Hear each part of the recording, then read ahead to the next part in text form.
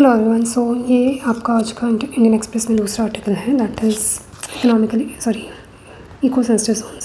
सो eco sensitive zones के regarding news है कि wild life board panel to revisit guidelines. तो ये रीविजिट करने का सोच रहे हैं गाइडलाइंस को, डिक्लेयरिंग इको सेंसिटिव जोन्स। तो इससे अब न्यूज़ तो ये है, ठीक है, इस न्यूज़ में इतना कुछ रिगार्ड खास है नहीं, but what we need to know and what we can understand from this news कि हमें हमारे एग्जाम पर्सपेक्टिव से क्या पता होना चाहिए। तो हमें पता होना चाहिए कि इको सेंसिटिव जोन्स होते क्या हैं और उसके रिगार्डिंग जो भी जजमेंट्स एंड ऑल रहे हैं, जो एक सुप्रीम कोर्ट जजमेंट रहा है कि ये कितना कितना आप कर सकते हो एंड ऑल, जो भी है मतलब वो हमें पता होना चाहिए, इसका बैकग्राउंड पता होना चाहिए। तो वो हम देख लेते हैं इको सेंसिटिव जोन्स क्या होते हैं। तो जनरली इको सेंसिटिव जोन्स जो होते हैं ये आपके इकोलॉजिकली फ्रेजाइल एरियाज़ होते हैं। These areas generally notify and regulate किए जाते हैं by ministry of environment, forest and climate change, and they are declared around protected areas, national park या वाइल्ड लाइफ सेंचुरीज़ के अराउंड, ठीक है। National park, wild life sanctuaries etcetera इनके around ही declare किए जाते हैं। तो जैसा कि हमने कहा ये इकोलॉजिकली फ्रेजाइल एरियाज़ होते हैं, इकोलॉजिकली फ्रेजाइल। ओके, यहाँ पे लिखने के बजाय लेट मी जस्ट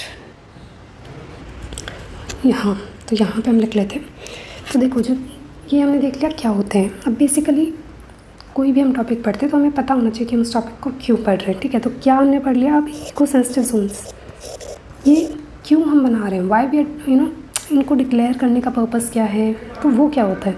तो इनको डिक्लेयर किया जाता है कि ये एक शॉक एब्जॉर्बर की तरह काम कर सके। किसकी तरह? Shock absorber. शॉक एब्जॉर्बर किसके लिए? उस प्रोटेक्टेड एरिया के लिए, जिस भी प्रोटेक्टेड एरिया के अराउंड हम इसे डिक्लेयर कर रहे हैं। जैसे कि ये एक प्रोटेक्टेड एरिया है, अब हमने बोला फॉर एग्जांपल हम ले रहे हैं, हमने बोला ये 10 किलोमीटर का एरिया जो है ये इको सेंसिटिव जोन है, और जो भी एरिया होता है ना इसमें सर्टेन रिस्ट्रिक्शंस लगा दी जाती हैं। तो इसलिए ये एक डिक्लेयर कर दिया आपका इको सेंसिटिव जोन, और रिस्ट्रिक्शंस लग गई, मतलब अब यहाँ पे आप नेचर को और इस एरिया को प्रोटेक्ट करने की कोशिश कर रहे हो, ठीक है। तो ये क्या करेगा, ये एक तरीके का शॉक एब्जॉर्बर तो हो गया, ये उन चीज़ों को होने नहीं देगा। उन चीज़ों को मतलब यहाँ पे जैसे कि माइनिंग वगैरह, तो इस तरीके की एक्टिविटीज़ को ये प्रोहिबिट करेगा, रेगुलेट करेगा। और उसे अब इसमें डिफरेंट कैटेगरीज होती हैं, वो मैं भी आगे बताऊंगी। प्रोहिबिट होती हैं कुछ चीज़ें प्रोहिबिटेड होती हैं, कुछ चीज़ें रेगुलेटेड होती हैं, कुछ चीज़ें अलाउड होती हैं, ठीक है। ये 3 कैटेगरीज में डिवाइड होता है। उससे पहले हम आगे देख लेते हैं। तो एक तो हमने बोला ये शॉक एब्जॉर्बर का काम करेगा, ठीक है, ये फर्स्ट चीज़ है। दूसरा क्या है? दूसरा है ये ट्रांजिशन जोन की तरह एक्ट करता है। इसको हम क्यों बनाते हैं कि ये ट्रांजिशन जोन की तरह एक्ट कर पाए from areas of high protection, जो कि ये हैं, to areas involve lesser protection. अब इस तरफ जाओगे तो क्या होता जाएगा, ये तो प्रोटेक्टेड एरिया है, सबसे ज़्यादा प्रोटेक्शन यहाँ पे चाहिए वाइल्ड लाइफ को प्रोटेक्ट करने के लिए एंड ऑल बायोडाइवर्सिटी को प्रोटेक्ट करने के लिए। वाइल आप इस डायरेक्शन में जाओगे या आप इस डायरेक्शन में जाओगे तो क्या होगा, तो आपका जो प्रोटेक्शन का वो है कम होता जाएगा, मतलब you need less and less protection and this side. इसीलिए इतना एरिया अगर प्रोटेक्टेड है या इतना एरिया अगर इको सेंसिटिव जोन डिक्लेयर किया तो उसके बाहर की साइड में आप कुछ भी करो, ठीक है। तो वही चीज़ है। अब जो अगर हम देखें प्रीलिम्स पर्सपेक्टिव से आपका क्या इंपॉर्टेंट हो जाता है, अदर चीज़ कि ये किस चीज़ में कवर होता है, किस एक्ट के अंदर ये कवर होता है। तो ये कवर होता है एनवायरनमेंट प्रोटेक्शन एक्ट के अंदर, 1986 एनवायरनमेंट प्रोटेक्शन एक्ट, ठीक है। तो ये वो दे देंगे, अभी ये कवर्ड है इस एक्ट के अंदर।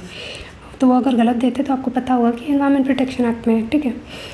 बट ये कवर्ड तो उसमें है, बट द थिंग इज़ कि ये जो टर्म है इको सेंसिटिव जोन्स, ये टर्म इसमें मेंशन नहीं है, नॉट मेंशन टर्म। तो ये टर्म मेंशन नहीं करता है आपका इको सेंसिटिव जोन्स टर्म जो है, ये एनवायरनमेंट प्रोटेक्शन एक्ट में मेंशन नहीं है। ये आपको प्रीलिम्स पर्सपेक्टिव से याद रखना है, ठीक है। अब दूसरी चीज़ क्या हम देखेंगे कि अब इसमें बात क्या हुई है कि जो क्राइटेरिया है for declaring eco sensitive zone, उसी को रिविजिट करने की बात हो रही है। तो हम क्राइटेरिया देखेंगे पहले कि भाई क्राइटेरिया होता क्या है। तो एक तरीके से क्राइटेरिया जो यूज़ किया जाता है डिक्लेयर करने के लिए किसी भी इको सेंसिटिव जोन को, उसमें कुछ चीज़ें ministry of environment, forest and climate change जो है, इन्होंने एक कॉम्प्रहेंसिव सेट ऑफ गाइडलाइंस दे रखे हैं जिसके अकॉर्डिंग इन्हें डिक्लेयर किया जाता है। तो उसमें जो चीज़ें इन्होंने डाली हुई हैं वो हैं कि स्पीसीज़ बेस्ड यहाँ भी वहाँ पे किस टाइप की स्पीसीज़ हैं, एंडेमिज़म किस लेवल का है, एंडेमिक है या जो भी है, ठीक है। तो वो किस तरीके का है सिस्टम, दूसरा जो इकोसिस्टम है वहाँ का वो कैसा है, इकोसिस्टम कैसा है, एज इन वहाँ पे सेक्रेड ग्रूव्स हैं या फ्रंटियर फॉरेस्ट है, किस तरीके की चीज़ें हैं, तो वो सब। ठीक है। उसके अलावा जो थर्ड क्राइटेरिया है that is geomorphologic feature based, which type of geomorphologic features are existing there. Geomorphologic features जैसे कि अनइनहेबिटेड आइलैंड है या रिवर्स है, जो भी है। ठीक है। या मतलब what ever. So these three these are the three criteria: species based, ecosystem based and geomorphologic feature based। ये हो गया आपका। अब अगर हम देखें कि भाई एक्सटेंट क्या है, अब हमने बोला कि इको सेंसिटिव जोन है, मान लो ये प्रोटेक्टेड एरिया है, इसके अराउंड ये है। अब ये है कितना, क्या इसका कोई एक डेफिनेट नंबर है कि हाँ भाई ये 10 किलोमीटर होना चाहिए, ये 100 किलोमीटर होना चाहिए, whatever. Is there some specified value for this? तो उसके लिए अगर हम देखें दैट इज़, इसको हम क्या बोलेंगे, इसका एक्सटेंट कितना होना चाहिए, वो उसके ऊपर क्या हमारे गवर्नमेंट ने कहा या क्या गाइडलाइंस हैं। तो देखो वाइल्ड लाइफ कंजर्वेशन स्ट्रैटेजी 2002 के अकॉर्डिंग ये जो इकोसिस्टम जोन है ये अप टू 10 किलोमीटर्स तक हो सकता है। 10 किलोमीटर्स दैट इज़ यहाँ से लेके यहाँ तक 10 किलोमीटर। ये कौन कहता है? वाइल्ड लाइफ कंजर्वेशन स्ट्रैटेजी 2002 के अकॉर्डिंग। ठीक। अब इसमें एक चीज़ है कि ये मान लो ये प्रोटेक्टेड एरिया के हमने बोला 10 किलोमीटर होना चाहिए। ठीक है। तो इसका मतलब ये एक यूनिफॉर्मिटी ज़रूरी नहीं है। हो सकता है कि मान लो हम इसी प्रोटेक्टेड एरिया के लिए बात करें तो इसमें भी यूनिफॉर्मिटी ज़रूरी नहीं है कि यहाँ हो सकता है यहाँ पे कुछ ऐसी चीज़ें एग्जिस्ट करें कि इसका एक्सटेंट हमें बढ़ाना पड़ा, तो इस तरफ इसकी विड्थ बढ़ सकती है, इस तरफ कम हो सकती है। तो इस तरीके की वेरिएबिलिटी थोड़ी बहुत हो सकती है। ठीक है। तो वो अलाउड है। ओके। अब देखो इसमें एक सुप्रीम कोर्ट जजमेंट बहुत इंपॉर्टेंट हो जाता है। अब इससे पहले देखो यार, मेरी हैंडराइटिंग आई नो बहुत बुरी है, बहुत ज़्यादा बुरी है। तो आपको सुन के आप अगर कुछ राइट डाउन करना चाहते हो जो भी है तो वो सुन के कर लो अगर आपको समझ नहीं आ रहा है, क्योंकि I can't do anything with this handwriting ऐसी ही है यार। ठीक है। चलो अभी हम आगे बोल रहे थे कि सुप्रीम कोर्ट का 2022 का जजमेंट हमें पता होना चाहिए। सुप्रीम कोर्ट ने 2022 में बोला था कि कोई भी प्रोटेक्टेड एरिया है, कोई भी नेशनल पार्क है, कोई भी वाइल्ड लाइफ सेंचुरी है across the country, okay across the country we are talking about, मतलब ये यूनिफाइड अप्रोच एक तरीके से बता रहे हैं कि अक्रॉस द कंट्री कोई भी ऐसा एरिया हो जो मैंने बोला उसमें उसके अराउंड मिनिमम कितना, minimum 1 kilometre eco sensitive zone होना मैंडेटरी है, ऐसा इन्होंने बोला था। ठीक है कि हाँ, और इन्होंने यूनिफॉर्मली एप्लीकेशन के लिए बोला अक्रॉस द कंट्री।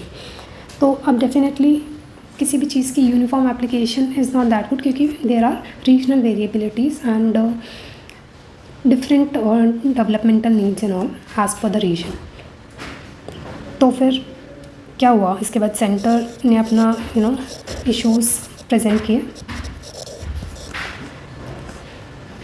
सेंटर क्या अपने इश्यूज़ रखेगा? डेफिनेटली जो हमने बोला कि यूनिफॉर्मिटी नहीं होनी चाहिए, तो सेंटर भी ये बोल रहा है इस तरीके की यूनिफॉर्मिटी इको सेंसिटिव जोन्स में नहीं होनी चाहिए अक्रॉस द कंट्री, और ये केस बाय केस बेसिस पे डिसाइड होना चाहिए। ठीक है। केस बाय केस बेसिस, जैसे कि मान लो आपके हिमालयन रीजन्स हैं। ठीक है। अब हिमालयन रीजन्स में क्या है, वहाँ पे ऑलरेडी बहुत ज़्यादा प्रोटेक्टेड एरियाज़ हैं। ठीक है। अब वहाँ पे इस तरीके की कोई भी सेट लिमिट लगाना इज़ नॉट गुड, क्योंकि फिर डेवलपमेंट को वो अफेक्ट करेगा। इसको अफेक्ट करेगा, it will affect development in Himalayan region. तो ये एक इनका पॉइंट ऑफ कंसर्न हो जाता है। अगर आपको समझ में नहीं आ रहा क्यों डेवलपमेंट को अफेक्ट करेगा, क्योंकि हम मान लो बहुत सारे प्रोटेक्टेड एरियाज़ हैं, उनके अराउंड हमने हर जगह डिक्लेयर कर दिया इतना इतना होना चाहिए इको सेंसिटिव जोन। अब इको सेंसिटिव जोन में मैंने बताया कि there are certain activities which are prohibited, certain activities which are regulated and certain which are allowed. But ये जो प्रोहिबिटेड एंड रेगुलेटेड है, ये एक्टिविटीज़ तो आप नहीं कर पा रहे हो, और हो सकता है ये उस वहाँ के डेवलपमेंट के लिए ज़रूरी हो, तो उसकी वजह से इनका डेवलपमेंट अफेक्ट हो जाता है। अब इसमें प्रोहिबिटेड एक्टिविटीज़ हैं क्या? प्रोहिबिटेड एक्टिविटीज़ होती हैं जैसे कि कमर्शियल माइनिंग हो गया, सॉ मिल्स हो गया, हाइड्रो इलेक्ट्रिक प्रोजेक्ट हो गया। अभी मैं लिख नहीं रही हूँ, ठीक है, you just need to know. आप पढ़ना इसको खोल के खुद से, तभी कोई सेंस है इस चीज़ का। और आपको जब भी आप विजन की अगर मैगजीन पढ़ रहे हो तो उसमें मेंशन कहीं ना कहीं हमेशा मिल जाएगा। और रेगुलेटेड कुछ एक्टिविटीज़ रेगुलेटेड होंगी जैसे कि rain water harvesting, organic farming, renewable energy resources and adoption of green technology. तो ये सब जो मैंने बोला ना, ये आपकी परमिटेड होंगी एंड सम एक्टिविटीज़ आपकी रेगुलेटेड होंगी और कुछ प्रोहिबिटेड होंगी। तो ये परमिटेड है क्यों? क्योंकि ये तो हार्म नहीं कर रहे हैं ना एनवायरमेंट को। दिस इज़ रिन्यूएबल एनर्जी, तो डेफिनेटली इस ग्रीन टेक्नोलॉजी ऑल्सो आपके लिए हम तो प्रमोट ही कर रहे हैं ग्रीन एनर्जी और ग्रीन टेक्नोलॉजी को, तो वो ये परमिट कर दी जाती है वहाँ पे। ठीक है, अब हम बात कर रहे थे, ओके हम थोड़ा शिफ्ट कर गए। हाँ, हम बात कर रहे थे 2022 ऑर्डर की। तो फिर इसके बाद क्या हुआ? इसके बाद सुप्रीम कोर्ट ने 2023 में अपना स्टांस बदला। उन्होंने ये अग्री किया कि भाई इस तरीके की यूनिफॉर्म अप्रोच हमें नहीं रखनी चाहिए। उन्होंने एक्सेप्ट किया कि जो इको सेंसिटिव जोन्स हैं, इनका जो पर्पज़ है that is not to hamper the day to day activities of citizens और एनीथिंग एल्स, बट इनका पर्पज़ जस्ट है टू प्रोटेक्ट। इनका कुछ भी ऐसा पर्पज़ नहीं है कि ये डेवलपमेंट एक्टिविटीज़ को हैम्पर करें वगैरह, बट ये सिर्फ और सिर्फ इसका एम है protect the environment, protect wild life. ठीक है, तो ये इन्होंने अपने उसमें स्पेसिफाई किया पहले तो। फिर इन्होंने कहा कि इन्होंने उसमें एक्सेप्ट किया एज इन कि भाई ये जो हमारा ऑर्डर था पहले 2022 वाला, उसमें इवन ज़्यादा चांसेस होंगे मैन एनिमल कॉन्फ्लिक्ट के, मैन एनिमल कॉन्फ्लिक्ट।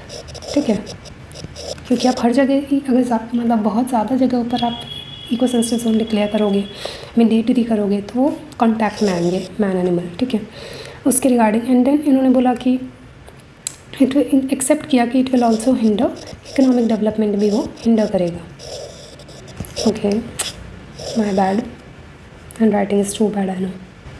तो ये इन्होंने एक्सेप्ट कर लिया। अब इसके बाद फाइनली 2023 ऑर्डर में बोला क्या गया? इन्होंने बोला centre and states they should notify eco sensitive zones as per their own proposals और as per recommendations of expert committees, या तो खुद के प्रपोजल्स के बेसिस पे या फिर एक्सपर्ट कमेटी के जो रिकमेंडेशंस हैं उनके बेसिस पे ये अपना इको सेंसिटिव जोन अपने अकॉर्डिंग डिक्लेयर कर सकते हैं। पर जो माइनिंग है within national parks, wild life sanctuaries and within an area of 1 kilometre from their boundary shall not be permissible. तो ये माइनिंग पे ये रिस्ट्रिक्शन उन्होंने फिर भी लगाई, बट इन्होंने फिर भी थोड़ा अपना लिबरल अप्रोच कर दिया।